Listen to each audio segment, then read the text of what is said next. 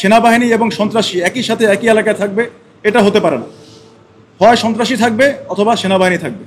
তাই এসব সন্ত্রাস এবং দুষ্কৃতিকারীর বিরুদ্ধে আমাদের সবসময় শক্ত অবস্থান ছিল এবং এটা আমরা নিয়মিত অভিযান পরিচালনা করব। যে আমরা যেই মূল মন্ত্রে বিশ্বাসী সেটা হচ্ছে ইনএড টু সিভিল পাওয়ারে মোতায়েনকৃত সেনাবাহিনী যে এলাকায় থাকবে সে এলাকায় সন্ত্রাসী থাকবে এটা হতে পারে না। অর্থাৎ সেনাবাহিনী এবং সন্ত্রাসী একই সাথে একই এলাকায় থাকবে এটা হতে পারে না। হয় সন্ত্রাসী থাকবে অথবা সেনাবাহিনী থাকবে। তাই এসব সন্ত্রাস এবং দুষ্কৃতিকারীর বিরুদ্ধে আমাদের সবসময় শক্ত অবস্থান ছিল এবং এটা আমরা নিয়মিত অভিযান পরিচালনা করব। বান্ডেল থাকলে প্রতি সেনমানিতে টাকা বাঁচবে।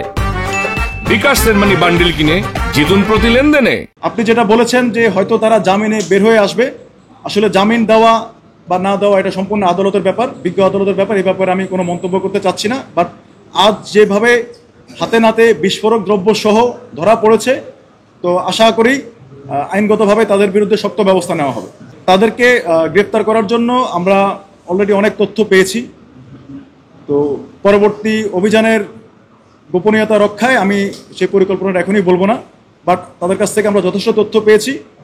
ইনিশিয়াল তথ্য পেয়ে আমরা এগুলো জব্দ করতে পেরেছি এবং তাদের গডফাদার যারা আছে বা এর সাথে যারা জড়িত আছে, তাদের সহপাঠী যারা আছে, সহযোগী যারা আছে, তাদেরকে গ্রেপ্তার করার জন্য আমাদের নিয়মিত সাহসী অভিযান চলবে।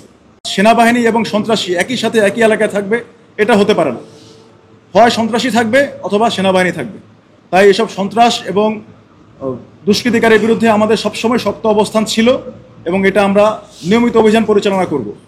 যে আমরা যেই মূল মন্ত্রে বিশ্বাসী সেটা হচ্ছে ইনএড টু সিভিল পাওয়ারে মোতায়েনকৃত সেনাবাহিনী যে এলাকায় থাকবে সে এলাকায় সন্ত্রাসী থাকবে এটা হতে পারে না।